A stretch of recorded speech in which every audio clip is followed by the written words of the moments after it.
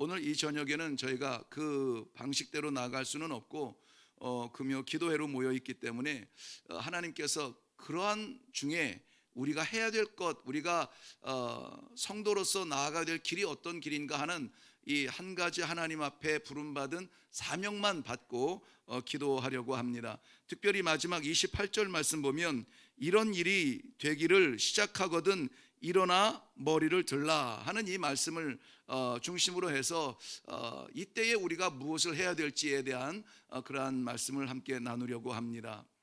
이러한 일이 되기를 시작하거든 일어나 머리를 들라 너희의 속량이 가까웠느니라. 거기서 끝나지 않고 하시더라 그랬습니다. 하시더라. 이것은 이 말을 누군가 하셨다는 얘기예요. 이 말을 하신 분이 누구냐면은 예수님이시죠. 예수님 스스로가 이 말씀을 하신 거예요. 예수님께서 하신 말씀이기 때문에 이 말씀은 거짓이 없습니다. 이 말씀은 분명히 이루어지는 것입니다. 이 말씀에는 오점이 없습니다. 반드시 그렇게 될 것입니다. 그렇다면은 반드시 이 일이 일어난다면은 반드시 해야 될 일은 어떻게 해야 됩니까? 해야 되는 거죠. 반드시 일어날 일이 일어난다면은 반드시 해야 될 일은 해야 되는 것입니다. 오늘 반드시 일어나는 일이 무엇이냐면은 이것은 누구도 할 수 없는 예수님만 할 수 있는 일인데, 그렇기 때문에 예수님께서는 자신이 스스로 그 말을 하고 있어요. 너희의 속량이 일어나는 날이라는 거예요. 너희의 구원이 일어나는 날이라는 거예요. 그 날은 반드시 온다. 왜? 내가 올 거니까. 내가 임해서 너희의 완전한 구원을 이룰 것이니까. 그렇다면은 그 구원과 속량이 반드시 일어날 것이라면 그 말씀을 받는, 지금 이 말씀을 받는 성도들이 해야 될 일은 어떻게 해야 돼요? 반드시 해야 되는 거예요. 반드시. 미련한 가운데서 만나서 눈 껌뻑껌뻑하면서 만날 것이 아니라 엄위하신 약속을 지키신 그 주님 앞에 설 때에 우리는 엄위하신 그 약속을 받아서 이대로 행했습니다 하는 열매를 가지고 나아가야 된다는 것입니다. 지금 이 시대는 그것이 무엇인지 잘 몰라요.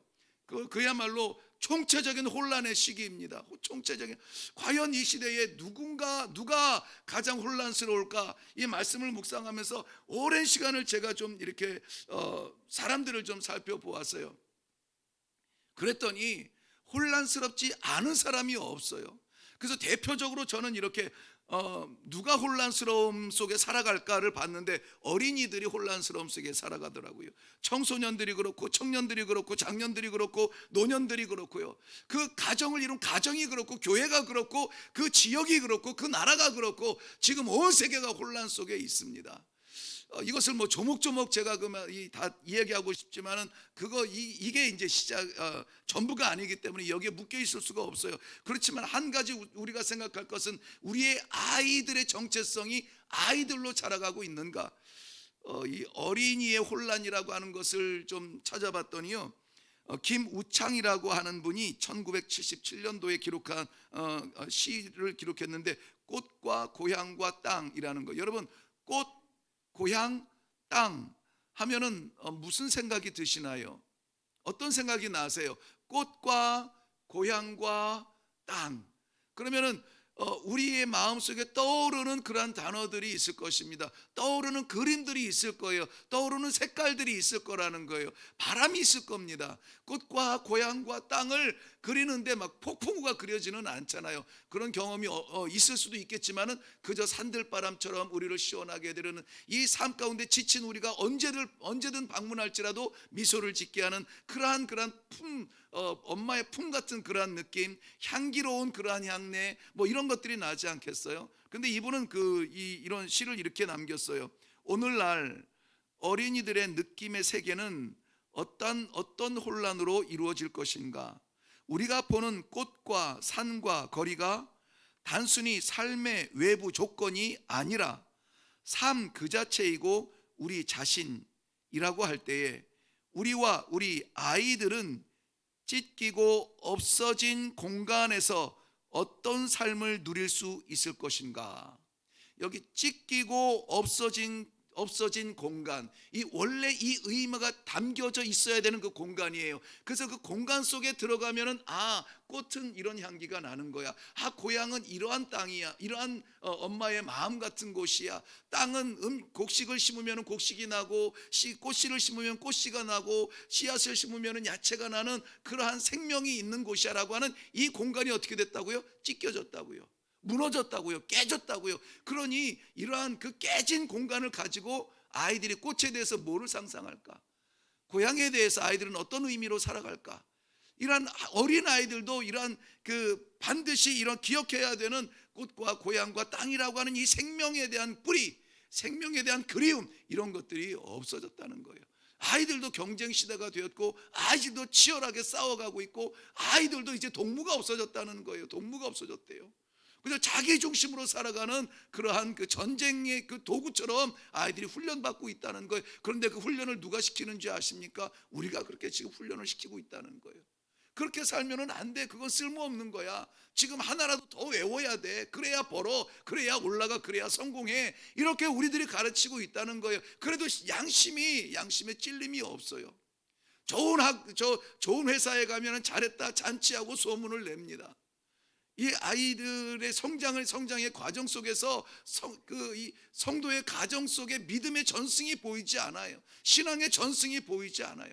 아이가 교회를 가고 하나님 앞에 이 헌신을 하며 말씀을 묵상하는 것에 우리가 그렇게 감격하지 않아요. 감격하지 않습니다. 청소년들도 마찬가지입니다. 지금 청소년들의 꿈이 뭔지 아세요? 지금 이것이 지금 초등학교까지 내려갔다고 하는데요, 이 청소년들의 꿈이 뭐냐면은 유튜버가 되는 거예요. 1등이에요, 1등. 옛날에 저희는 선생님 그랬습니다. 그냥 아무 생각도 없이 그냥 툭 나오는 것도 대통령 막 이랬거든요. 대통령 돼서 뭐 할 거야? 국민들을 잘 먹여 살릴 거예요. 나라를 지킬 거예요. 막 이런 꿈을 가졌다고. 선생님 돼서 어떻게 할 거야? 사랑하고 잘 가르쳐주고 막 이런 꿈을 가져. 지금 청소년들의 꿈이 뭔지 유튜버예요. 왜 유튜버가 될까요? 나의 세계를 잘 표현해서 세상과 소통하기 위해서? 아니에요. 단 하나예요. 돈을 잘 버니까. 한국의 스포츠카를 사들이는 사람들 주층이 어디냐면 20대 30대인데 그들이 누구냐면은 유튜버 하는 친구들. 청년들도 마찬가지입니다. 청년들에게 소망을 볼 수가 없습니다. 도서관에 앉아 있는 청년들을 보기보다는 이 술집이나 카페나 이런 데 있는 청년들을 찾기가 더 쉬워요. 청년들 제가 요즘에 정말 놀랐는데 그 포장마차 아시죠? 포장마차가 이 우동 국물에다가 그 꼼장어 구워주는 참새구이 먹는 그러한 이 동네의 형님들이 앉아서 이야기하는 그런 데가 아니에요. 이 요즘에는 무슨 포장마차가 생겼냐면은 뭐라 그러더라? 무슨 헌팅? 헌팅 포차라는 거 아세요? 정말 성도님들이시구나. 거기에는 그 앞에 그냥 우글우글 줄을 서 있어요. 그 헌팅 포차에 들어가려고. 그래서 그 헌팅 포차 이 테이블이 있는데 마음에 맞는 사람들끼리 그냥 처음 만나는 거예요. 그날 처음 만나서 마음에 맞는 사람들끼리 앉아가지고 그날 커플이 되는 거예요. 그런 포장마차, 헌팅 포차. 요전에 이태원에서 이 바이러스 확진자 나오면서 난리가 났잖아요. 클럽은 못 가도 헌팅 포차는 줄을 서가지고 바글바글 대는 거예요. 이 청년들의 소망이 없습니다. 무엇을 하면서 그 밤을 지내야 되는지에 대한 그런 의식이 없어요. 장년들 마찬가지입니다. 애쓰고 수고해도 50줄만 넘으면은 이렇게 일을 그만둬야 되고 무엇을 해야 될지 암담해요. 100세까지 살았는데 이제 딱 절반 왔거든요. 절반 왔는데 그 이후에 절반을 어떻게 살아가야 될지 그저 그냥 제가 얼마 전에 서울 종로를 한번 이렇게 지나갈 기회가 있었는데요. 종로 5가 있는가? 예, 무슨 공원이에요. 우리 탑골 공원, 탑골 공원, 거기를 지나가는데 제 인식 속에서 뭐가 떠오르냐면, 여기 어르신들이 많은 데인데 왜 아무도 안 보이지? 그런 생각이. 어르신들이 많은 곳이 바로 그 공원에 대한 제 인식이었어요. 제 마음이 슬펐습니다. 제 마음이 슬펐어요. 왜 거기에 어르신들이 많아야 되죠? 갈 곳이 없으니까. 갈 곳이 없으니까. 집안에서도 눈치 보여서 있을 수가 없으니까. 그저 1,000원짜리 한 몇 장 들고 나오는 거예요. 근데 국수 그 배급해 주는 그 차가 있으면은 감사해서 줄을 100m씩 줄 서 가지고 국수 한 그릇 먹는 거예요. 그거 안 주는 날은 1,000원, 1,500원짜리 국밥 먹는 거고요. 그렇게 앉아 있는 어르신들의 인식이 저에게는 그 공헌에 대한 인식 어르신들이었어요. 제 자신이 너무나 슬펐습니다. 우리는 어디로 가고 있습니까? 어디로 가고 있어요? 정말 이 어르신들에 대해서 제가 막 일부러 막 하는 것이 아니라 지금 우리가 살아가고 있는 이 엄청난 성공과 대한민국이라고 하는 이 이름, 뭐 G7에 참석하든 말든 G11에 들어가든 말든 어디에서 왔는데요? 그게 어디에서 왔는데? 근본적으로는 하나님께서 기회를 주신 것이지만 우리 어르신들이 저 경부고속도로 깔면서 그 밑에 수많은 이 뼈다귀들이 묻혀 있지 않아요? 그러한 것들을 우리가 잊어서는 안 되죠. 지금 그 어르신들 힘이 없다 그래가지고 탑골공원으로 쫓아내고 있다는 거죠. 아무렇지도 않게, 대책도 없이. 그러한 할아버지 할머니, 그러한 50 넘어서 줄을 놓은 우리의 가장들, 소망이 없는 청년들, 돈밖에 모르는 청소년들, 인간성이 무엇인지 알지 못하고 숫자적으로 자라가고 있는 우리의 어린아이들, 그 사람들이 모여있는 가정은 어떻겠습니까? 가정은 어떻겠어요? 그 가정 속에서 신앙의 사람들이 모인 곳이 교회라고 하는데 교회인들 혼란이 없습니까? 나라인들 없습니까? 지역인들 없을까요? 이 지역 얘기를 하면은 이 아시아 속에서는 한국과 뭐 일본과 뭐 중국과 이런 지역 관계성을 생각을 하게 되는데요. 안 그래도 되는 싸움을 너무나 많이 하고 있어요. 안 그래도 되는 그러한 신경전을 벌이면서 낭비하고 허비하느라고 너무 안타까운 게 많아요. 지금 저는 이 혼란에 대해서 이야기해 주고 있습니다.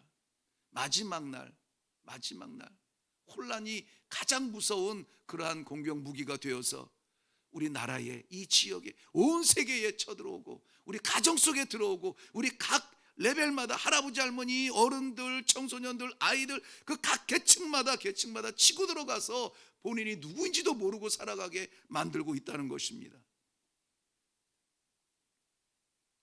우리는 마지막 시대를 살아가고 있습니다. 예수님께서 분명하게 그것을 말씀해 주시고 있습니다.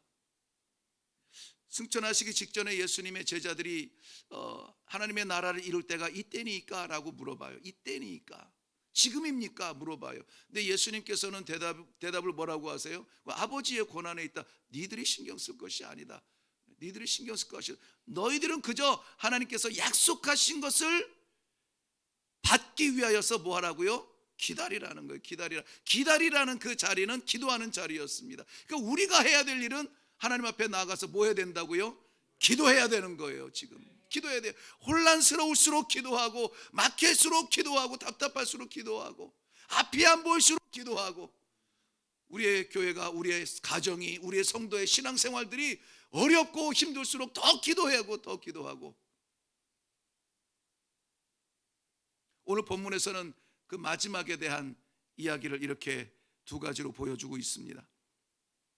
그때에 20절에 보면은 21절입니다. 21절 보면 그때에 유대에 있는 자들은 산으로 도망할 것이며 그랬습니다. 그리고 27절 말씀에 보면 그때에 사람들이 인자가 구름을 타고 능력과 큰 영광으로 오는 것을 보리라 그랬습니다. 그때에 이 두 가지 현상이에요. 두 가지 일인데, 하나는 성도들은 빨리 도망가라. 예루살렘 성에서 도망가라. 성전에서 도망가라. 무너진다. 도망가라는 거예요. 그리고 또 하나 현상이 뭐냐면 그때에 예수께서 오신다는 거예요. 오신다고요. 반드시 오시는 것입니다. 그때에 나타날 이 현상과 이 대응의 말씀들을 우리가 오늘 살펴보기를 원합니다. 지금 이 그때라고 하는 것은 당장은 1차적으로는 예루살렘 성이 정말 무너질 그때를 바라보면서 얘기하시는 거예요. 그때를 바라보시면서 예수님이 지금 십자가 앞에 나가시면서 십자가 이후에 예루살렘이 반드시 멸망할 것인데, 그 멸망할 예루살렘은 AD 70년 66년에 로마의 군대가 66년 맞죠? 66년에 로마의 군대가 쳐들어와서 수십만 명이 이 예루살렘을 에워싸고 3년 반 동안을 공격을 합니다. 3년 반 동안. 버티다 못해서 70년에 결국은 무너지는데, 예루살렘의 성도 무너지고 예루살렘의 성전도 불타버리고 남는 것이 없어요. 그때 너희가 완전히 없어버리지 아니하고요, 한 귀퉁이만 남겨놔요. 한 귀퉁이만 남겨놔요. 이것 보고 너희 교훈을 삼아라.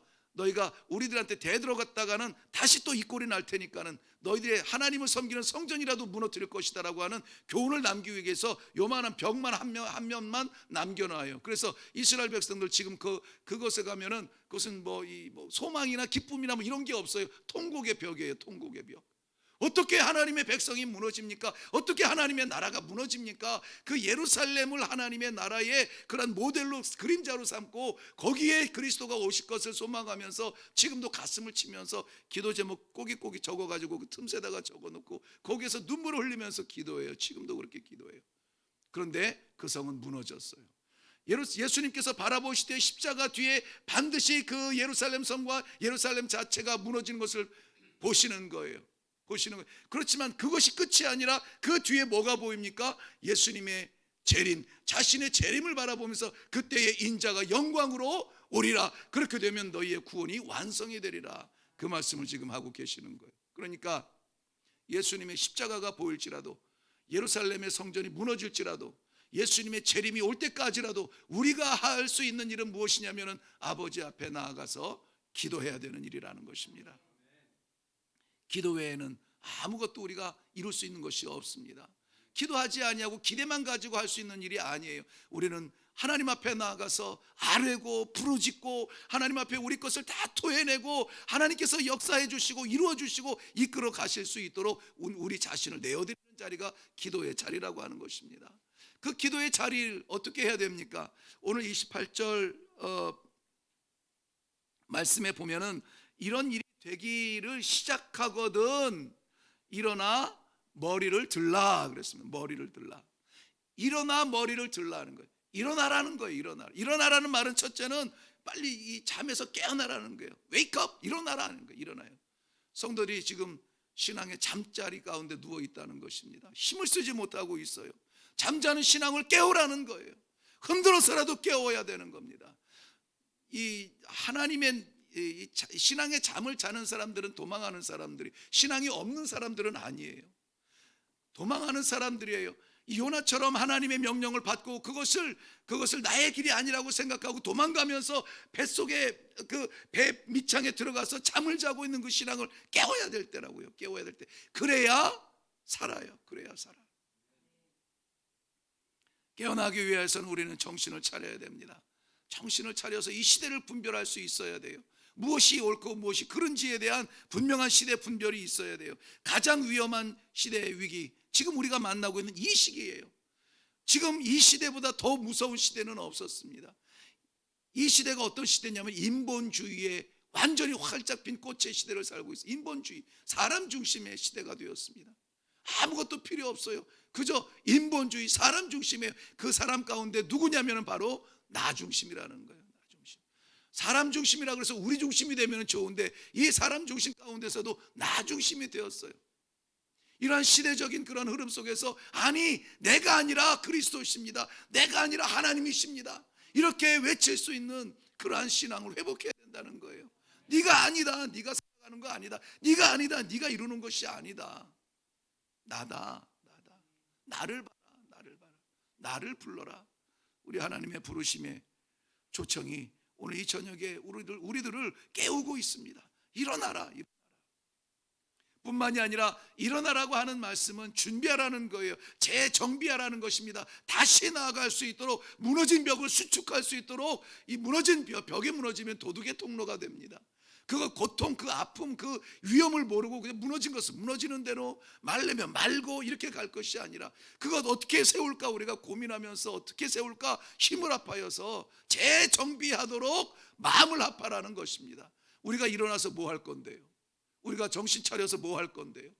무너져서 새어나가는 구멍을 막고, 무너져서 도둑이 들어오는 데를 막고, 합심하여서 정말 이 교회가 교회답게 세워가도록, 성도가 성도답게 살아갈 수 있도록 서로 합력하여서 기도해주고 격려해주고 같이 찬송하며 힘을 얻어주고 힘을 나눌 수 있는 성도의 교제, 그것이 일어나야 될 줄로 압니다. 그때에 우리가 할 일은 이거예요. 그 뭐 어르신들이니까는 뭐 이야기했지만은 그 의미 없이 이렇게 왔다 갔다 하는 이 사람들 보고 그뭐 시계추가 이렇게 왔다 갔다 하듯이 막 그런다고 하잖아요. 뭐 그래서 우리 이 교회에서는 저희 어렸을 뭐 어릴 때도 아닙니다만은 이 친구들하고 이 교회에 대해서 염려하고 근심하고 막 이런 것들을 이야기할 때는 성도들이 있고 교인들이 있다 이렇게 생각을 했어요. 성도들이 있고 교인들이 있다.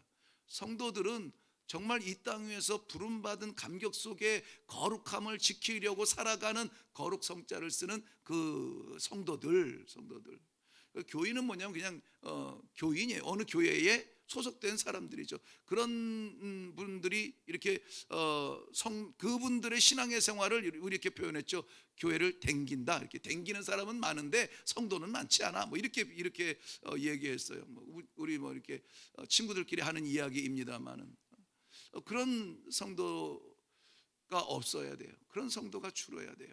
댕기는 성도가 아니에요. 댕기는 교인이 아니라 정말 하나님 앞에서 거룩한 삶을 한 발 한 발 살아나가면서 주님 다시 오셨을 때 부끄럽지 아니하고 두 팔 벌려서 아멘으로 환영할 수 있는 성도가 되어야 돼요. 지금도 우리는 그 뭐 이 교인이라는 단어를 많이 쓰는데요. 저는 개인적으로는 뭐 틀린 말은 아니겠죠. 뭐 교회 할 때 그 가르칠 교자를 써서 뭐 교인 그렇게 하는데 교인은 많습니다. 뭐 불교에도 교인이 있어요. 이슬람교에도 교인이 있어요. 기독교에도 교인이 있어요. 그러니까 교인은 그냥 다 어떤 교를 믿으면 교인이에요. 그런데 성도는 하나님의 백성에게만 쓸 수 있는 말이에요. 이 좋은 단어가 있는데 왜 교인이라고 그렇게 하는지 모르겠어요. 저도 불쑥 나오지만 아차 싶어서 다시 성도라고 이렇게 바꿀 때가 많거든요. 사랑하는 성도 여러분, 우리는 성도예요. 거룩한 백성들입니다. 거룩한 백성들의 결단은 달라요. 위기에 닥쳤을 때 어떻게 대처하는지 하나님을 상대하는 사람들은 방법이 달라요. 방법이 달라요. 도저히 이룰 수 없는 일일지라도 포기하지 않습니다. 기도의 자리에 나아가서 마지막 하나님의 결제를 기다려요. 마지막 하나님의 사인이 날 때까지 포기하지 않아요. 사랑하는 성도 여러분들의 거룩한 재건, 성도의 재건에 그러한 역사가 있기를 바랍니다. 지금 그리스도의 곁에 있는 그러한 사람들에게 지금 예수님이 하시는 말씀, 성도라고 바라보는 그 사람들에게 하시는 말씀이에요. 모든 유대인들에게 예루살렘은 위로의 자리입니다. 세상 천지에 다 흩어져 살아도, 다 쫓겨나서 살아도 그들의 마음은 늘 예루살렘 고향에 가 있어요. 그래서 6월절만 되면은, 그래서 절기만 되면은 예루살렘에 모여서 그날을 사모하면서 나아가는 거예요. 거기에 대한 자부심이 있어요. 이 성민이라고 하는 거룩한 백성, 선민이라고 하는 선택된 백성이라고 하는 자부심 때문에 예루살렘은 정말 저들에게 마음의 고향이요, 모든 고난을 다 잊을 수 있는 그러한 땅인데 예루살렘도 무너져요. 위로가 되지 못합니다. 눈에 보이는 것은 아무런 위로가 되지 못해. 솔로몬 성전이 그랬습니다. 헤롯 성전이 그랬습니다. 성전 자체 건물은 돌이 왜 하나도 남을 돌이 없다고 예수님이 분명하게 말씀하셨어요. 다 무너질 건물들이에요. 그런데 예수님은 떠나지 아니하신다는 거예요. 오히려 우리의 구원을 이루어 주시기 완성하기 위하여서 다시 오시는 그 예수님을 바라보면서 기대하고 기도하는 그러한 성도들, 바로 이 저녁에 하나님께서 부르신 우리 모든 성도님들이 되시기를 바랍니다. 사랑하는 성도 여러분, 예루살렘 무너지고 불타고 남은 것이 없는 가시적인 의존적 존재가 다 사라진다 그래도 실망하지 마세요. 눈에 보이지 아니할지라도 우리와 떠나지 아니하시는 우리 주님께서 오늘도 귀를 기울여서 우리의 신음소리를 들어주시는 것을 믿으시기를 바랍니다. 열왕기상 19장 5절 말씀에 보면은 태양이 장렬하는 광야에 자그마한 가시덩굴 같은 나무, 이 나무라고 표현했는데 이 식물 학자에 따라서 좀 이 차이가 있기는 하지만은 저희가 이해하는 그 나무, 이 로뎀나무는, 이름은 로뎀나무 예쁜데요, 이 로뎀나무가 그렇게 크거나 뭐 그런 나무는 아니에요. 갈대 같은 나무예요. 갈대 같은. 그러니까는 드라이 시즌인 건기가 오면은 제일 빨리 말라버리는 나무예요.